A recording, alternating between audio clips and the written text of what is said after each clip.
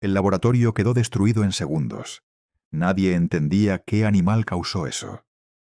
Dentro del tanque roto, algo diminuto movía el agua como explosiones. Ese animal golpea tan rápido que hierve el agua alrededor. No era el único. Cerca un corazón dejó de latir. Los pulpos tienen 3 corazones, y 2 se apagan al nadar. Entonces apareció el último tanque, y lo que había dentro no parpadeaba.